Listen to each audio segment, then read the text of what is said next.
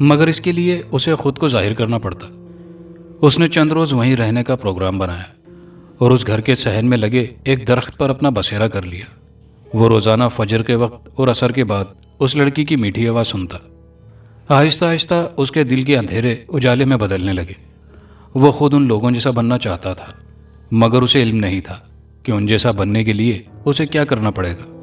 اس لیے وہ کسی مناسب موقع کی تلاش میں تھا کہ کب ان لوگوں پر اپنا آپ ظاہر کرے۔ پھر قدرت نے اسے یہ موقع دے ہی دیا۔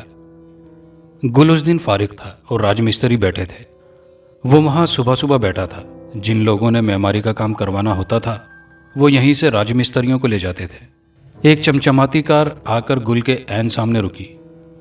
اس میں سے ایک رئیسانہ لباس میں ملبوس ایک شخص اترا اور اس سے پوچھا، کیا تمہارا نام گل ہے؟ جی میرا ہی نام گل ہے، گل نے جواب دیا۔ آؤ تم سے کام ہے، نووارد نے سگار کا کش لیتے ہوئے کہا۔ گل اس کے ساتھ فرنٹ سیٹ پر بیٹھ گیا۔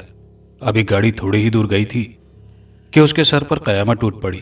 وہ بے ہوشی کے اندھے کنویں میں گرتا چلا گیا۔ اس کو ہوش آیا تو اس کے ہاتھ پاؤں پشت پر بندھے تھے۔ ہوش آنے کے کچھ دیر بعد کمرے کا دروازہ کھلا اور وہی شخص منہ میں سگار دبائے اندر داخل ہوا۔ ایک طرف پڑی کرسی کھینچ کر وہ اس پر بیٹھ گیا۔ لگتا تو نہیں کہ تم نے اکیلے 5 جوان لڑکوں کی دھلائی کی ہے۔ اگر تم نے ایسا کیا ہوتا تو اتنی آسانی سے ہمارے قابو میں نہ آتے۔ سگار کو اپنے پاؤں تلے مسلتے ہوئے وہ شخص گویا ہوا۔ دھوکے سے وار کر کے کہتا ہے کہ میں آسانی سے قابو آ گیا۔ ایک بار مجھے کھول پھر دیکھ میں تیرا کیا حشر کرتا ہوں۔ گل نے دانت پیستے ہوئے کہا۔ بہت خوب، رسی جل گئی مگر بل نہیں گیا۔ جن لڑکوں کو تم نے پیٹا ان میں سے ایک میرا بیٹا تھا۔ تم نے عظمت بیگ کے بیٹے پر ہاتھ اٹھایا ہے۔ پورا شہر میرے نام سے کانپتا ہے۔ تجھے تیرے کیے کی سزا ملے گی اور وہ ہے موت۔ ایسی موت کہ تیری روح بھی کانپ اٹھے گی۔ ڈال دو اسے پروسیس میں، اس شخص نے کہا۔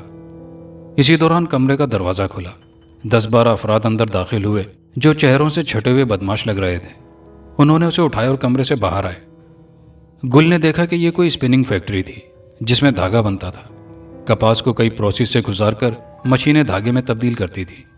اچانک ہی مشین چلنے کی مخصوص آواز سنائی دی۔ ان لوگوں نے اسے اٹھایا اور مشین کے پاس لائے۔ گل نے بہت جدوجہد کی مگر ہاتھ پیر مندے ہونے کی وجہ سے خود کو بچا نہ سکا۔ اسے روئی دھنکنے والی مشین میں داخل کر دیا گیا۔ بے اختیار اس کے منہ سے کلمہ طیبہ کا ورد شروع ہو گیا۔ گل کی آنکھوں کے سامنے عجیب منظر رونما ہوا۔ ایک حسین و جمیل نوجوان کہ ایسا نوجوان اس نے اپنی زندگی میں کبھی نہ دیکھا تھا اس کے پاس کھڑا تھا۔ یہ ایک وسیع میدان تھا۔ عصر کے وقت کی ڈوبتی روشنی سارے میدان میں پھیلی ہوئی تھی۔ وہ نوجوان شہزادوں جیسا لباس زیب تن کیے اس کے سرہانے بیٹھا، ایک ہاتھ اس کے سینے پر رکھا۔ اسے جان کنی کی تکلیف محسوس ہوئی تو اس خوبصورت نوجوان کے ہونٹوں پر مسکراہٹ نمودار ہوئی۔ اس جوان کی مسکراہٹ میں وہ اپنی تکلیف بھول گیا اور خود بھی مسکرا کر اس کے چہرے کو تکنے لگا۔ پھر ایک دم ہی اس کے تمام احساسات پر تاریکی چھاتی چلی گئی۔ گل کی ہڈیوں اور گوشت کا خون سے بھرا ملغوبہ مشین کی دوسری طرف گر رہا تھا۔ گل کو گھر سے نکلے آج دوسرا دن تھا اور وہ ابھی تک گھر نہیں لوٹا تھا۔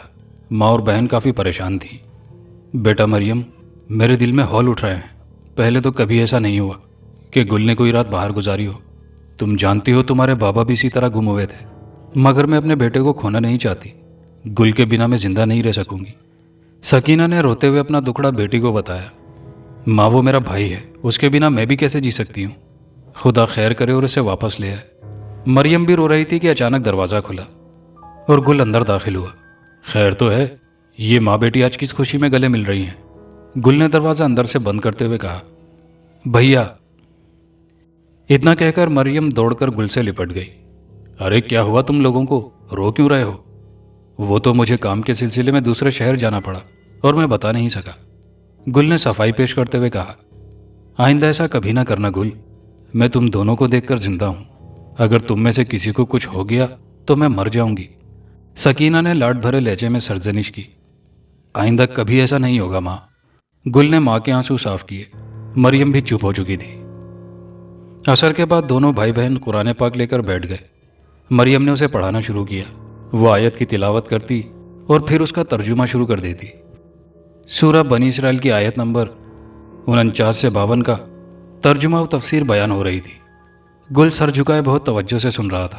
مریم کی شہد بھری آواز، تلاوت اور ترجمے سے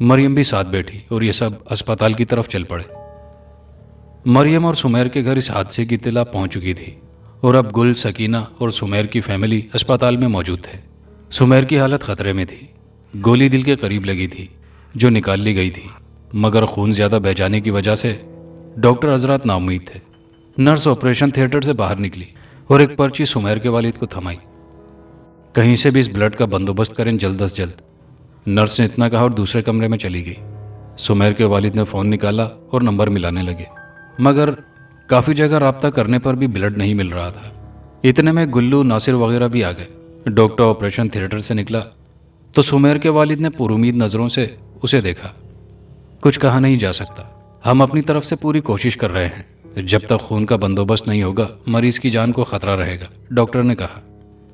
آپ ہی کہیں سے خون کا بندوبست کر لینا، میں نے تو بہت کوشش کی مگر او نیگیٹو بلڈ کہیں سے نہیں ملا، سمیر کے والد نے کہا۔ کیا کہا؟ او نیگیٹو چاہیے؟ وہ گروپ تو گل کا بھی ہے۔ مریم نے سنا تو خوشی سے جیسے چیخ کر کہا۔ کون ہے گل؟ ڈاکٹر نے تیزی سے پوچھا۔ میرا بھائی، یہ کھڑا ہے۔ مریم نے ایک طرف کھڑے گل کی طرف اشارہ کیا۔ گل کافی تذبذب میں پڑا ہوا تھا۔ جلدی کرو بیٹا، جس لڑکے نے اپنی جان پر کھیل کر تمہاری بہن کی عزت کی حفاظت کی، کیا اس کے لیے تم خون نہیں دے سکتے؟ سکینہ نے گل کو تذبذب کے عالم میں دیکھا تو بولی، نہیں ماں، میں خون نہیں دوں گا۔ گل کے یہ الفاظ سب پر قیامت بن کر ٹوٹے۔ میں کہیں اور سے خون کا بندوبست کرتا ہوں، یہ کہہ کر گل اسپتال سے باہر جانے لگا۔ گلو وغیرہ بھی اس کے ساتھ تھے۔ تم نے ایسا کیوں کیا گل، جبکہ تمہارا بلڈ گروپ اس سے ملتا تھا؟ گلو نے اسپتال سے باہر نکلتے ہی سوال کیا۔ یہ سب میں تمہیں نہیں بتا سکتا، اس وقت جلد سے جلد مجھے خون کی ضرورت ہے، تم میرا پیچھا چھوڑ دو، گل نے کافی غصیلے لہجے میں کہا۔ گل بھائی، اگر ہم آپ کے کسی کام آ سکتے ہوں تو ضرور بتانا، مرزا نے اس کے غصے کو نظر انداز کرتے ہوئے کہا۔ گل اس کی بات سن کر چونکا۔ تم نے کبھی اپنا خون ٹیسٹ کروایا ہے؟ گل نے تیز لہجے میں پوچھا۔ نہیں تو، مرزا نے مختصر جواب دیا۔ گل کی خفیہ طاقتیں اس کی آنکھوں میں سمٹ آئیں۔ وہ تینوں کا ٹیسٹ کرنے لگا۔ آخر اس کی سرخ دہشت زدہ کر دینے والی آنکھیں ناصر پر آ کر رکی۔ مل گیا، او نیگیٹو۔ ناصر، مجھے تیرا خون چاہیے۔ گل کی آواز بھی اس وقت کافی وحشت سے بھری ہوئی تھی۔ گل بھائی، ایسی درندگی اچھی نہیں ہوتی، ناصر نے مرزا کے پیچھے ہوتے ہوئے کہا۔ گل کا کہکہا بلند ہوا اور پھر وہ اپنی اصلی جون میں آ گیا۔ ارے گل بھائی، مریض کے لیے خون مانگ رہے ہیں، تمہارا زہریلا خون پی کر کسی نے مرنا ہے کیا؟ گلو نے اسے چھیڑا، پھر وہ واپس اسپتال آ گئے۔ ناصر کا بلڈ ٹیسٹ اوکے تھا، ان کی دعاؤں اور خدا کے فضل سے سمیر کی جان بچ گئی، مگر گل کا گھریلو ماحول کافی سرد ہو گیا۔ مریم اور سکینہ اس سے بات نہیں کرتی تھی۔ کھانے کے وقت بھی تینوں چپ چاپ بیٹھے تھے۔ گل اس وقت کافی بے چینی محسوس کر رہا تھا، وہ چاہتا تھا کہ سب کچھ پہلے جیسا ہو جائے۔ آخر اکتا کر وہ بول ہی پڑا، آپ دونوں مجھ سے ایسا سلوک کیوں کر رہی ہیں؟ مریم کھانا چھوڑ کر اٹھ گئی اور اپنے کمرے کی طرف چلی گئی، جبکہ سکینہ اٹھتے ہوئے بولی، یہ سوال تو تم تب کرو جب تمہیں اپنی غلطی کا پتہ نہ ہو۔ کیا کیا ہے میں نے؟ گل نے آواز نیچی رکھنے کی کوشش کرتے ہوئے کہا۔ جس لڑکے نے تمہاری بہن کی عزت اپنی جان پر کھیل کر بچائی، تم نے اس کو ہی خون دینے سے انکار کر دیا۔ سکینہ ایک دم پھٹ پڑی تھی۔ تم تو میرے بیٹے لگتے ہی نہیں۔ نہیں، ایسا مت کہو ماں، میں تمہارا بیٹا ہوں۔ گل باقاعدہ سکینہ کے قدموں میں جا گرا تھا۔ تو پھر تم نے میرے کہنے پر اسے خون کیوں نہیں دیا؟ یہ میں نہیں بتا سکتا، گل نے سکینہ کے قدموں سے اٹھتے ہوئے افسردہ انداز میں کہا۔ تو پھر میری بھی ضد ہے، جب تک تم مجھے بتاؤ گی نہیں، مجھ پر پانی کا ایک قطرہ اور اناج کا ایک دانہ تک حرام ہے، سکینہ نے کہا، اور گل کے روکنے کے باوجود وہ بھی اپنے کمرے میں چلی گئی۔ مریم کا آخری پیپر تھا۔ گل بیٹھا قرآن مجید پڑھنے کی کوشش کر رہا تھا کہ ایک دھماکے سے دروازہ کھلا اور مریم اندر داخل ہوئی۔ اس نے دروازے کی کنڈی لگائی اور لمبے لمبے سانس لیتی دروازے سے ٹیک لگا لی۔ اس کے چہرے پر ہوائیں اڑ رہی تھی۔ گل اس کی حالت دیکھ کر اٹھا، قرآن مجید کو ایک طرف مخصوص جگہ پر رکھا اور جلدی سے مریم کے پاس پہنچا۔ وہ کافی خوفزدہ تھی۔ اچانک زور زور سے دروازہ پیٹا گیا۔ مریم نے خود کو دروازے پر ایسے جما لیا جیسے اس کے ایسا کرنے سے دروازہ کھٹکھٹانے والے رک جائیں گے، مگر اب دروازے کو دھکے لگنے شروع ہو گئے تھے۔ گل یہ سب حیرانگی سے دیکھے جا رہا تھا۔ اچانک ایک زوردار دھکا لگنے سے مریم گل کے قدموں میں جا گری۔ دروازے کا ایک کواڑ اکھڑ کر زمین پر گر چکا تھا۔ گل کی نظر سامنے کھڑے بدماش پر پڑی، جو اسلحہ ہاتھ میں لیے گھر کے اندر داخل ہو چکا تھا۔ اس کے پیچھے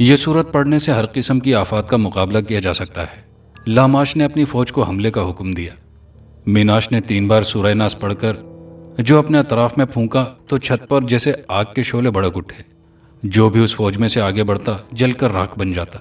سکینہ اور مریم یہ دیکھ کر سکتے میں آ گئی۔ لاماش کی فوج آہستہ آہستہ جل کر خاک ہوتی جا رہی تھی۔ منڈیر کے پاس جیسے کوئی حصار سا بن گیا تھا۔ لاماش کا ہر حربہ اس حصار کے آگے ناکام ہوتا جا رہا تھا۔ اچانک ہی لاماش نے تمام فوج کو واپس چلنے کا حکم دیا اور گھر کے آس پاس چھاتی دھند دور ہوتی مغرب کی طرف غائب ہو گئی۔ میناش واپس مڑا تو سکینہ نے سوال پوچھا، کون تھے یہ لوگ اور یہ سب کیا تماشا ہے؟ یہ مسلمانوں کے دشمن ہیں، میں نے آپ کو سب کچھ بتایا ہے۔ یہ جو جن مجھ سے بات کر رہا تھا یہ میرا والد ہے اور یہ مریم کی جان کا دشمن بنا ہوا ہے۔ میناش نے تفصیل بیان کرتے ہوئے کہا، مگر یہ مریم کے پیچھے کیوں پڑا ہوا ہے؟ کیونکہ طلعت شاہ صاحب کے بعد ان کی تعلیمات کو آگے بڑھانے کا فریضہ مریم انجام دے رہی ہے، اور جب بھی ان لوگوں کو موقع ملے گا وہ اسے مارنے سے گریز نہیں کریں گے۔ میں بھی پہلے ان جیسا تھا، مگر اللہ تعالیٰ کی ذات کے بعد آپ لوگوں کا شکر گزار ہوں جنہوں نے مجھے ہدایت کا راستہ دکھایا۔ میناش ممنون نظروں سے سکینہ اور مریم کو دیکھ رہا تھا۔ اماں، کیا ہم اس کو معاف نہیں کر سکتے؟ ہمارے نبی صلی اللہ علیہ وآلہ وسلم کا فرمان ہے، بدلہ لینے سے معاف کر دینے والا بہتر ہے۔ مریم نے پہلی دفعہ زبان کھولی۔ خود سکینہ کو بھی احساس ہو چکا تھا کہ میناش اب بدل چکا ہے۔ میں جب تک یہاں رہوں گا آپ کی خدمت کرتا رہوں گا۔ میں آپ کو ایک بیٹا اور مریم کو بھائی بن کر دکھاؤں گا۔ اگر آپ مجھے معاف کر دیں تو میں سدا آپ کا غلام بن کر رہوں گا، میناش نے عاجزانہ انداز میں کہا۔ تو سکینہ نے آگے بڑھ کر اس کا ماتھا چوما اور اسے گلے سے لگا لیا۔ مجھے تم کو سمجھنے میں غلط فہمی ہوئی تھی، آج سے تم میرے بیٹے ہو۔ پھر وہ تینوں چھت سے نیچے اتر آئے۔ 3 دن بعد ہی سمیر کے گھر والے مریم کے گھر آ گئے۔ سمیر کے والد بہت اچھی طبیعت کے مالک تھے، مگر سمیر کی ماں ان کے الٹ تھی۔ میناش بازار سے ان کے لیے لوازمات لایا تھا، جس میں سے نسیم بیگم نے کسی کو ہاتھ نہیں لگایا۔ وہ ہر چیز کو منہ بنا بنا کر دیکھ رہی تھی۔ پھر نسیم نے خاوند کے کان میں سرگوشی کی تو انہوں نے کھا جانے والی نظروں سے اسے دیکھا۔ سکینہ کچن سے نکلی اور ان کے پاس آ بیٹھی۔ میرا نام ارشاد ہے اور میرا اکلوتا ہی بیٹا ہے جس کو آپ اسپتال میں دیکھ چکی ہیں، اس کا نام سمیر ہے۔ ارشاد نے تمہید باندھی۔ جی میں دیکھ چکی ہوں، سکینہ نے آہستہ سے جواب دیا۔ میں چاہتا ہوں کہ آپ کی بیٹی ہماری بیٹی بن جائے، آپ سمجھ تو گئی ہوں گی نا؟ ارشاد نے مدعا بیان کیا۔ سکینہ کے تو خوشی سے ہاتھ پاؤں پھول گئے تھے۔ اس نے ہاں کر دی۔ اچانک ہی نسیم بیگم صوفے سے اٹھ کھڑی ہوئی۔ میں آپ کو کیا سمجھا کے لائی تھی اور آپ نے کیا کر دیا؟ ذرا ان لوگوں کا اسٹیٹس تو دیکھیے، یہ تو بیٹی کو ٹھیک ٹھاک جہیز بھی نہیں دے سکیں گے۔ نسیم بیگم نے سکینہ وغیرہ کی پرواہ کیے بغیر اونچا اونچا بولنا شروع کر دیا۔ میری بات تو سنو بیگم، رشتہ داری اسٹیٹس اور دولت کی بنیاد پر نہیں ہوتی۔ اس لڑکی سے اچھی بہو ہمیں پھر نہیں ملے گی۔ ارشاد نے بیگم کو دھیمے لہجے میں کہا۔ اس لڑکی کو کون سے سرخاب کے پر لگے ہیں؟ نسیم بیگم اپنی ضد پر اڑی ہوئی تھی۔ ادھر دیکھو۔ ارشاد نے بیگم کی توجہ سامنے لگی طلعت شاہ کی تصویر کی طرف کرائی۔ یہ مت بھولو یہ اسی خدا کے بندے کی بیٹی ہے جس کی دعا سے تمہیں 8 سال بعد اولاد ہوئی تھی۔ نسیم ایک لمحے کو تو گمسم ہو گئی، مگر پھر اپنی انا پر قائم ہو گئی۔ میناش یہ سب سن رہا تھا۔ وہ اچانک آگے بڑھا اور بولا، آپ کو جہیز میں جو چیز چاہیے آپ اس کی لسٹ بنا لیں، جتنا دل کرے لسٹ کو لمبا کر لیں، کہیں بعد میں یہ نہ کہنا کہ ہم بھول گئے، میں آپ کی ہر شرط پوری کروں گا۔ اے ہے کوئی ڈاکہ مارو گے کیا؟ نسیم بیگم نے ہاتھ نچائے۔ چپ کرو بیگم، ارشاد صاحب کی آواز بھی اونچی ہو گئی تھی۔ تو پھر ٹھیک ہے، 1 ماہ کے اندر میری بنائی ہوئی لسٹ کی تمام چیزیں پوری کر لینا، فہرست تمہیں کل مل جائے گی۔ میں بھی تو دیکھوں کہ اس دھڑبے میں رہنے والے لوگ ہمارے اسٹیٹس کا مقابلہ کیسے کرتے ہیں، نسیم بیگم نے زہریلے انداز میں کہا، اور دونوں میاں بیوی وہاں سے چلے گئے۔ یہ تم نے کیا کیا بیٹا؟ اگر تم یہ چیزیں اکٹھی کر بھی لوگے تو ان کو مریم برتنے سے تو رہی، سکینہ نے مبہم انداز میں کہا۔ کیا مطلب؟ مطلب یہ کہ تم اپنی جادوئی طاقتوں سے کسی اور کی دولت اٹھاؤ گے اور ان سے جائز خریدو گے، مگر ہم لوگ حلال کی کمائی پر گزارا کرتے ہیں، خواہ وہ تھوڑی ہی کیوں نہ ہو۔ تو میرا بھی آپ سے وعدہ رہا کہ میں محنت کر کے 1 ماہ میں بہن کے لیے مطلوبہ جہیز بناؤں گا، جس میں ایک ایک چیز میری حلال کی کمائی گئی رقم کی ہوگی۔ میناش کا زم اس کے چہرے سے چھلک رہا تھا۔ دوسرے دن ہی چیزوں کی فہرست آ گئی۔ کافی بیش قیمت چیزیں تھیں، جن میں سونا ہی اتنی مالیت کا تھا کہ کوئی عام انسان اپنی عمر کا آدھا حصہ محنت مزدوری کرتا رہے تو تب خرید سکے۔ چیزوں کی لسٹ دیکھ کر میناش کافی پریشان ہو گیا تھا۔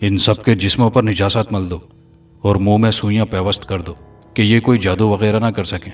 لاماش نے کہا اور میناش کی طرف تھوک دیا۔ اس کے منہ سے الٹی سی نکلی اور میناش کے سارے کپڑے گندے ہو گئے، جبکہ مریم اور سکینہ کو بے ہوشی میں ہی ان کے جسموں کو پلید کر دیا گیا اور منہ میں سوئیاں لگا دی گئی۔ لاماش نے میناش کی طرف پھونک ماری تو میناش کے گرد فولادی چبوترا سا بن گیا جس میں وہ گردن تک جکڑا ہوا تھا۔ مریم اور سکینہ کو بھی ہوش آ گیا تھا۔ وہ اپنے آپ کو وہاں دیکھ کر حیران ہو رہی تھی۔ میناش پر نظر پڑتے ہی مریم نے کچھ کہنا چاہا مگر زبان میں لگی سوئی کی وجہ سے کچھ کہہ نہ سکی۔ میناش نے اپنے آپ کو آزاد کرانے کی بہت کوشش کی مگر وہ چاروں طرف سے جکڑا ہوا تھا۔ لاماش خنجر ہاتھ میں پکڑے مریم کی طرف بڑھا، خنجر کی نوک اس کے پیٹ پر رکھی اور ہلکے سے دباؤ کے ساتھ پھیرتا ہوا نیچے لایا تو مریم کی چیخ کے ساتھ خون کی باریک لکیر نیچے کی طرف آنے لگی۔ مریم کے منہ سے بھی خون جاری ہو گیا۔ لاماش نے اپنی لمبی کھردری زبان باہر نکالی اور چاہتا تھا کہ رشتہ ہوا خون چاٹ لے۔ اسی وقت ایک نورانی سا ہیولا مریم اور لاماش کے درمیان آ کھڑا ہوا۔ لاماش کو ایک جھٹکا لگا تو اس جھٹکے سے دیوار میں جا لگا۔ جھٹکا اتنا زبردست تھا کہ دیوار میں دراڑیں پڑ گئیں۔ پھر مریم اور سکینہ کے پاؤں اور وجود کو زنجیریں آزاد کر چکی تھی۔ وہ روشنی کا ہیولا آہستہ آہستہ ایک شکل اختیار کر گیا۔ ابو آپ، شاہ صاحب آپ، دونوں ماں بیٹی کے منہ سے ایک ساتھ نکلا۔ طلعت شاہ نے گلو اور میناش وغیرہ کو آزاد کیا۔ لاماش دیوار میں لگ کر ابھی تک اٹھا نہیں تھا۔ وہ بے سدھ تھا۔ اس کے چیلوں کی اتنی ہمت نہیں ہو رہی تھی کہ آگے بڑھ کر ان کو روکیں۔ شاہ صاحب نے سب کو باہر نکلنے کا حکم دیا تو وہ کمرے سے نکلے۔ یہ بے انتہا رقبے پر پھیلے ہوئے کھنڈر تھے۔ کھنڈروں سے نکل کر وہ سب ایک بڑے میدان میں پہنچ چکے تھے۔ اس میدان سے بہت دور گھنا جنگل تھا۔ انہیں صرف وہ میدان پار کرنا تھا، پھر وہ لاماش کی پہنچ سے بہت دور ہوتے۔ ابھی وہ تھوڑی ہی دور گئے تھے کہ کالی دھند نے انہیں چاروں طرف سے گھیر لیا۔ شاہ صاحب نے اپنا لبادہ ہٹایا تو اندر پیٹی بند کے ساتھ 6 تلواریں تھیں۔ انہوں نے مریم سمیت سب کو ایک ایک تلوار دی اور خود بھی پکڑ لی۔ کالی دھند جنوں کی صورت اختیار کر گئی۔ وہ چاروں طرف سے گھیرے جا چکے تھے۔ بے شمار فوج ان کے گرد گھیرا ڈال چکی تھی۔ شاہ صاحب کے علاوہ سبھی خوفزدہ تھے۔ جب میں کہوں تو حملہ کر دینا، طلعت شاہ نے سب کو مخاطب کیا۔ مگر شاہ جی، یہ جن اتنی تعداد میں ہیں، کیا ہم مقابلہ کر سکیں گے؟ جبکہ پلید جسموں کے ساتھ ہم ان پر کلام بھی نہیں پڑھ کر پھونک سکتے۔ آپ مریم اور اماں کو لے کر نکل جائیں، میں اور میرے دوست ان کو روکتے ہیں، میناش نے گھبرائے ہوئے انداز میں کہا۔ حملہ کرو، شاہ صاحب کا عزم اور ان کے لفظوں سے پھوٹتی ایمان کی مضبوطی نے سب میں نئی روح پھونک دی۔ پھر واقعی تلواریں چلیں تو کافر جن گاجر مولی کی طرح کٹتے چلے گئے۔ یوں لگ رہا تھا جیسے کوئی غیبی طاقت ہے جو ان کے ساتھ ہے، کیونکہ کافر جن چیخو پکار کرتے ہوئے قتل ہو رہے تھے۔ کئی جن بھاگنے کی کوشش کر رہے تھے، مگر واپس جانے والا ہر جن آسمان سے آنے والے انگارے کا نشانہ بن جاتا۔ دوپہر سے شام تک لاماش کی ساری فوج اس کی بیوی سمیت اپنے انجام کو پہنچ چکی تھی۔ پھر وہ سب اپنے گھر آ گئے۔ مریم نے بتایا کہ عظمت بیگ کو اس کے بیٹے کی قتل کی خبر ملی تو وہ یہاں پر آیا تھا۔ اس نے سکینہ اور مریم کو اٹھایا اور جیسے ہی گھر سے باہر نکلا، کالی دھند نے ان کو اپنی لپیٹ میں لے لیا۔ عظمت بیگ اور اس کے کارندوں کو مار کر وہ دونوں ماں بیٹی کو ان کھنڈروں میں لے آئے تھے۔ میناش کے ریسلنگ میں جیتے روپوں کی ضرورت ہی نہ پڑی۔ شاہ صاحب نے مکان میں بنے ایک تہخانے کی نشاندہی کی جہاں وہ اپنی جمع پونجی رکھتے تھے۔ انہوں نے وہ رقم ایک درسگاہ کے لیے رکھی تھی، مگر بیٹی کا فرض ادا کرنے سے بڑا اور کیا کام ہوتا۔ انہوں نے تمام رقم میناش کے حوالے کی اور خود اپنے اصل مقام کی طرف پرواز کر گئے۔ مریم کی شادی بڑی دھوم دھام سے ہوئی۔ میناش نے اس کی ساس کو اکیلے میں اپنا اصلی روپ دکھایا اور کہا، اگر میری بہن کو کوئی تکلیف دی تو تمہاری خیر نہیں۔ مریم کی والدہ فوت ہو چکی تھی۔ مریم کافی بوڑھی اور نواسیوں والی ہو گئی ہے، جبکہ گل محمد اب ایک مدرسے میں تعلیم دے رہا ہے۔ میناش نے اپنا نام گل محمد رکھ لیا تھا۔ اب وہ لوگوں کے دلوں کو ایمان کی روشنی سے منور کر رہا ہے۔ وہ اپنے ہر طالب علم کو یہی درس دیتا ہے کہ قرون اولیٰ کا مسلمان کسی بھی مسلک سے تعلق نہیں رکھتا۔ نہ وہ شیعہ تھا، نہ سنی، نہ وہابی، نہ بریلوی، نہ دیوبندی، نہ اہل حدیث، بلکہ وہ صرف ایک مسلمان تھا۔ فرقہ واریت میں پڑھنے کی بجائے نبی اکرم حضرت محمد صلی اللہ علیہ وآلہ وسلم کی سیرت کو اپنے لیے اسوہ حسنہ بناؤ اور اللہ تعالیٰ کے ساتھ کسی کو شریک نہ ٹھہراؤ۔ دوستو، یہاں کہانی اپنے اختتام کو پہنچی اور اب کہانی کے آخر میں آپ کی گزارشات پر آپ کے نام۔ تو پہلا نام ہے انکتا ممبئی مہاراشٹر سے، طلحہ فائٹر غالباً یہ فائٹر ہیں، لاہور سے تعلق ہے ان کا، نعیم الدین انصاری بہار سے، محمد شعیب رنگون سے، سعید لاڈلا عمان سے، محمد ریحان بگلا پور بہار سے، نور سلطان سری گنگا نگر راجستھان سے، روبی صاحب ہیں سیول سے، تعلق ویسے کراچی سے ہے ان کا، محمد گلفام نصیر آباد لدھیانہ یو پی سے، محمد زبیر صاحب لکھنؤ سے، علی رحمان صاحب شہر کا نام نہیں لکھا انڈیا سے ہیں، جنید خان دہلی سے، فرید خان یہ بھی دہلی سے، اقبال علی صاحب شہر کا نام نہیں لکھا غالباً انڈیا سے ہیں، اور محمد علی راج یہ لاہور سے ہیں۔ آپ کے پیار بھرے کامنٹس کا بے حد شکریہ۔ دوستوں سے گزارش ہے کہ ویڈیو کو لائک شیئر کرنا مت بھولیے گا، کامنٹ باکس میں اپنی قیمتی رائے سے ہمیں ضرور آگاہ کیجیے گا، اور چینل پر نئے آنے والے دوستوں سے گزارش ہے کہ چینل کو لازمی سبسکرائب کر لیجیے۔ آپ کے ہوسٹ محمد عثمان کو اجازت دیجیے، انشاءاللہ ملتے ہیں اگلی نئی ویڈیو میں۔